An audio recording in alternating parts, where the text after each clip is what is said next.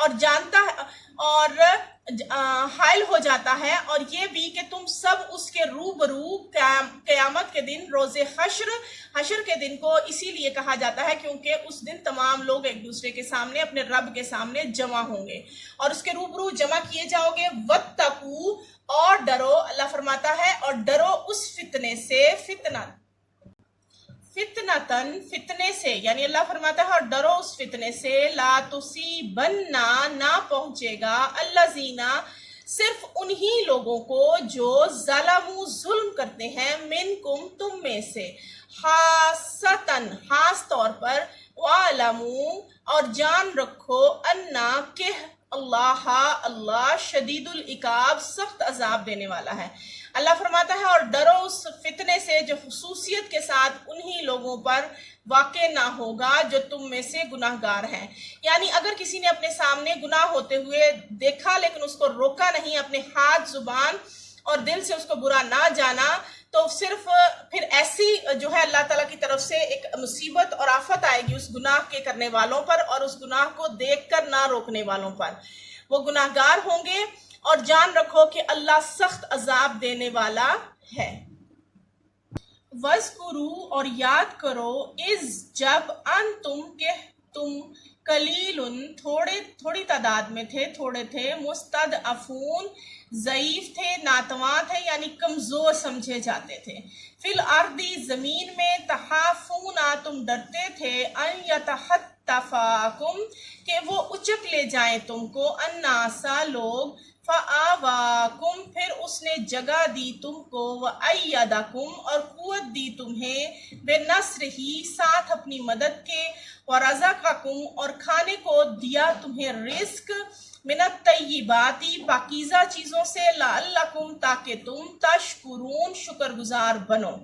اللہ فرماتا ہے اور اس وقت کو یاد کرو جب تم مکہ کی زمین میں، یعنی جب تم تھوڑے سے تھے اور مکہ کی زمین میں قلیل، تھوڑے، اور ضعیف یعنی کمزور تھے، سمجھے جاتے تھے، اور ڈرتے رہتے تھے کافروں سے، کھل کر تم لوگ ایمان جو ہے اپنا ڈکلیئر نہیں کرتے تھے اور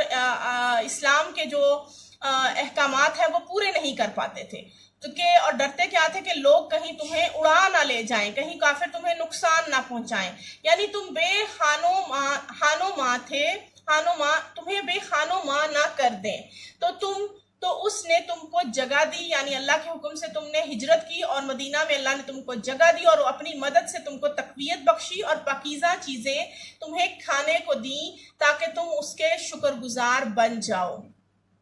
یا ایہا الذین، اے وہ لوگو، آمنو، جو ایمان لائے، لا تخونوا، خیانت نہ کرو، اللہ و رسولہ، اور اس کے رسول کی، وتخونوا، اور نہ خیانت کرو، اماناتکم، اپنی امانتوں میں، وانتم، اور تم،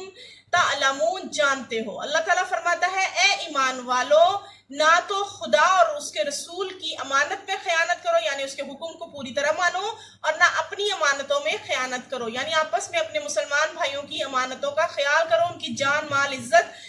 جو ہے وہ تمہارے لیے ایک دوسرے پر امانت ہے، تم اس میں خیانت نہ کرو، اور تم ان باتوں کو اچھی طرح جانتے ہو۔ وَعْلَمُوا، اور جان رکھو، انما، یہ کہ اللہ فرماتا ہے اور جان رکھو کہ، اموالکم، تمہارا مال، وَأَوْلَادَكُمْ، اور تمہاری اولاد، فتنۃ، بڑی آزمائش ہے، وَأَنَّا، اور یہ کہ، اللہ عندہ، پاس اس کے، اجر، ثواب ہے، عظیم، بڑا۔ اللہ فرماتا ہے کہ تم جان رکھو تمہارا مال اور تمہاری اولاد بڑی آزمائش ہے، اور یہ کہ اللہ کے پاس نیکیاں کا بڑا اجر و ثواب ہے۔ اب ہم دیکھتے ہیں رکوع نمبر 4 جو آپ کی کتاب کے صفحہ نمبر 13 پر ہے، یہ آیات نمبر 29 سے لے کر 37 تک ہے۔ یا ایہا الذین، اے وہ لوگو، آمنو، جو ایمان لائے، ان، اگر، تتقو، ڈرو گے تم، اللہ سے، یجعلو، پیدا کر دے گا، لکم، تمہارے لیے، فرقانن، امتیاز، کہتے ہیں فرق کو، فرقانن کا لفظی مطلب آپ عربی کا قریب ترین لفظ اردو کا فرق بھی کر سکتے ہیں، امتیاز، وَيُكَفِّرْ اور مٹا دے گا، عنکم تم سے، سیئاتکم گناہ تمہارے، وَيَغْفِرُ لَكُمْ اور بخش دے گا تمہیں، واللہ اور اللہ ذو الفضل العظیم اللہ تعالیٰ بڑے فضل والا، بڑا عظیم، بہت بڑا ہے۔ اللہ فرماتا ہے مومنو اگر تم اللہ سے ڈرو گے یعنی تقوی اختیار کرو گے تو وہ تمہارے لیے امر فارق یعنی واضح فرق پیدا کر کے تمہیں کافروں سے ممتاز کرے گا یعنی بلند درجہ دے گا، اور تمہارے گناہ مٹا دے گا اور تمہیں بخش دے گا، اور اللہ تعالیٰ بہت فضل والا، بڑا عظیم فضل والا ہے جو تم پر کرتا ہے۔ وَإِذْ اور جب یمکرو چال چلتے تھے، بکا ساتھ تیرے یعنی آپ کے بارے میں، الذین وہ لوگ، کفروا جنہوں نے کفر کیا، لیُثبتوکا کہ وہ قید کر دیں تجھے، او یقتلوکا یا مار ڈالیں تجھے، او یخرجوکا یا وہ نکال دیں تجھے، وَیَمْکُرُونَ اور وہ چال چل رہے تھے، وَیَمْکُرُ اللَّهُ اور تدبیر کر رہا تھا اللہ۔ اللہ تعالیٰ کے لیے ہم چال چلنے کا لفظ استعمال نہیں کریں گے، وہ جو ہے رب ذوالجلال ہے، بلند شان اور عظمت والا ہے، اس لیے ہم نے یمکرو کا لفظ جو ہے وہ تدبیر کر رہا تھا۔ اللہ جو ہے ان سب سے بہتر بلند تدبیر کرنے والا ہے۔ واللہ اور اللہ خیر الماکرین اللہ تعالیٰ بہترین تدبیر کرنے والا ہے۔ اللہ فرماتا ہے اے محمد، اے پیارے حبیب صلی اللہ علیہ وآلہ وسلم، اس وقت کو یاد کرو جب کافر لوگ تمہارے بارے میں چالیں چل رہے تھے۔ یہ کون سا وقت تھا؟ جب آپ مکہ میں تھے۔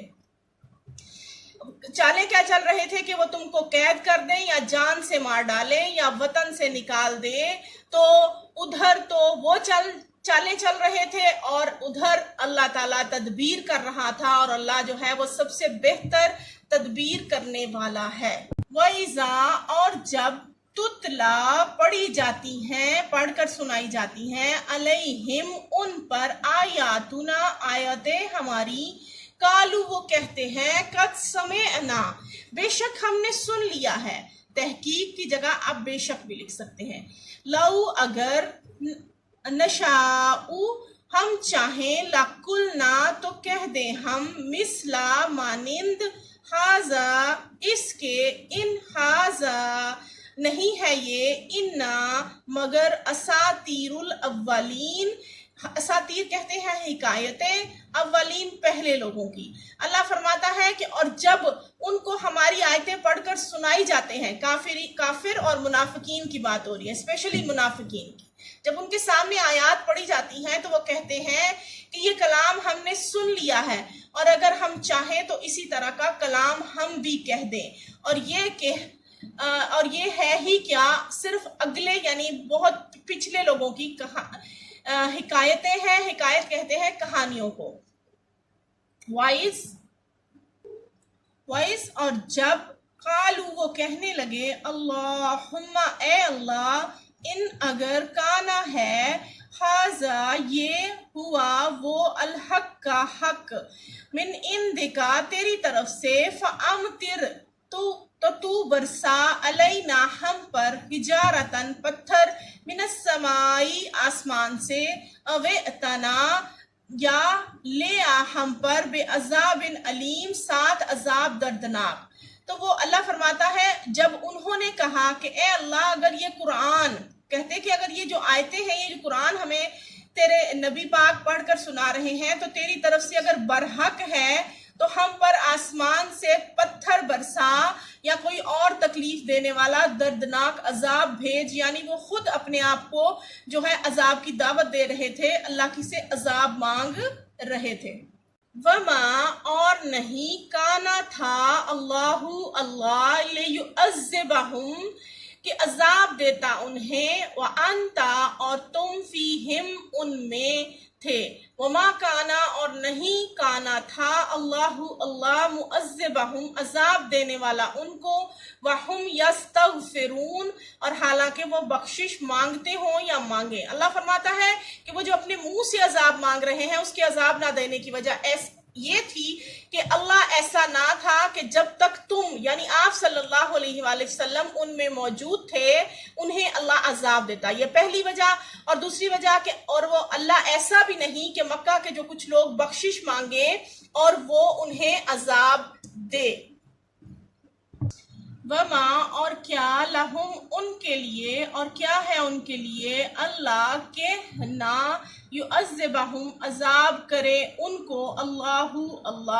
وہم جبکہ وہ یصدون روکتے ہیں عن المسجد الحرامی مسجد میں حرمت والی یعنی محترم مسجد سے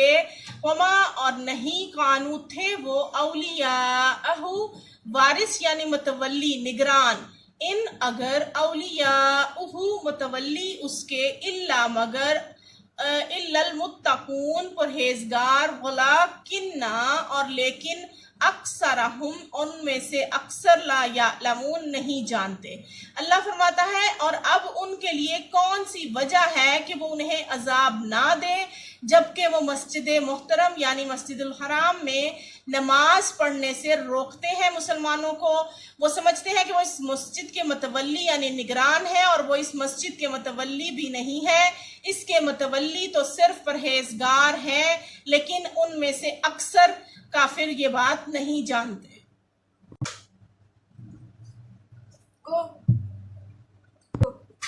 وما اور نہ کانا تھی صلاتہم نماز ان کی عند البیتی نزدیک کعبہ یعنی اللہ کے گھر کے الا مگر مکاؤ سیٹیاں و تصدیات اور تالیاں فذوقوا پس چکھو العذابی عذاب۔ اللہ فرماتا ہے کہ اور ان لوگوں کی نماز خانہ کعبہ کے پاس سیٹیاں اور تالیاں بجانے کے سوا کچھ نہ تھی، یعنی جو کافر تھے وہ خانہ کعبہ کے قریب جو عبادت کرتے تھے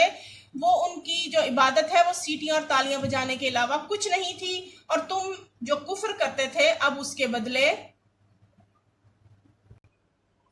بیما بس سبب اس کے کن تم تھے تم تکفرون۔ اللہ فرماتا ہے کہ یہ جو تم کفر کرتے تھے اس کے بدلے تمہیں عذاب دیا جائے گا اور اب اس عذاب کا مزہ چکھو۔ ان اللہ زینا انا بے شک اللہ زینا جنہوں نے یعنی جن لوگوں نے کفر و کفر کیا ینفقونا وہ خرچ کرتے تھے اموالہم اپنا مال لیسدو تاکہ وہ روکے ان سبیل اللہ اللہ کی راہ سے اللہ کے راستے سے فَسَيُنْفِقُونَهَا پس وہ خرچ کریں گے اس مال کو ثم پھر ہوگا تکونو ہوگا۔ اللہ فرماتا ہے جو لوگ کافر ہیں وہ اپنا مال خرچ کرتے ہیں کہ لوگوں کو اللہ کے راستے سے روکے سوا سو ابھی اور خرچ کریں گے مگر وہ خرچ کرنا ہوگا علیہم ان پر حسرتن افسوس یعنی حسرت ثم پھر یغلبون وہ مغلوب ہو جائیں گے والذین اور وہ لوگ کفروا جنہوں نے کفر کیا یا کافر ہوئے الی طرف جہنم دوزخ کی یحشرون اکٹھے کیے جائیں گے۔ اللہ فرماتا ہے کہ پھر ان کا جو وہ خرچ کرتے ہیں وہ مال ان کے لیے موجب افسوس یعنی افسوس کا باعث ہوگا اور وہ مغلوب ہو جائیں گے یعنی ہار جائیں گے، وہ جو ہے وہ ان پر مسلمان غالب آ جائیں گے، وہ مغلوب بن جائیں گے اور وہ کافر لوگ دوزخ کی طرف ہانکے جائیں گے۔ لیمیزا تاکہ جدا کر دے اللہ الحبیثہ حبیث یعنی ناپاک من الطیبی پاک سے ویجعل اور رکھ دے بنا دے الحبیثہ ناپاک کو بعدہ اس کا بعض حصہ علی بعض پر فیرکماہ پھر ایک ڈھیر بنا دے اس کو جمیعاً اکٹھا کر کے فیجعلہ اور پھر ڈال دے اس کو فی جہنم میں اولئک یہی لوگ یا وہی لوگ ہم الخاسرون وہ خسارہ پانے والوں میں سے ہیں۔ اللہ فرماتا ہے تاکہ اللہ یہ کیوں کر رہا ہے کافروں کو دوزخ میں اکٹھا کیوں کرے گا تاکہ اللہ ناپاک کو پاک سے الگ کر دے اور ناپاک کو ایک دوسرے پر پہلے وہ پاک کو ناپاک سے الگ کرے گا اور پھر وہ ناپاک کے ڈھیر کو یعنی کچھ لوگوں کو کچھ پر ڈھیر بنائے گا اور پھر ان ڈھیروں کو ایک دوسرے پر رکھ کے ایک بڑا ڈھیر بنا دے گا اور اس پر بڑے ڈھیر کو اس دوزخ میں استغفر اللہ ڈال دے گا۔ یہی لوگ خسارہ پانے والوں میں سے ہیں۔ اللہ فرماتا ہے کہ یہ جو ناپاک لوگ ہیں ان کو جہنم میں ایک دوسرے پہ ڈھیر بنا کے اکٹھا کر کے رکھے گا۔ یہ ہو گیا جی آپ کا رکوع نمبر 4 جو روین میں ہم پڑھ رہے تھے۔ اس کی مزید ڈیٹیل اگر آپ اس کی تفسیر کے حوالے سے، سوالات کے حوالے سے جاننا چاہتے ہیں تو آپ اس کے ابتدائی جو لیکچر ہیں، جو رکوع نمبر 3 اور 4 کے جو پارٹس میں اور ڈیٹیل لیکچر ہیں، آپ ان سے استفادہ کریں، اور جو میرے بنائے ہوئے نوٹس ہیں وہ آپ کو پہلے ہی شیئر کیے جا چکے ہیں۔ آپ مزید جو اس کی تفسیر اور مزید جو اس کی تفصیل ہے وہ آپ اس سے دیکھ سکتے ہیں۔ اس کے ساتھ ہی اللہ حافظ، اللہ نگہبان۔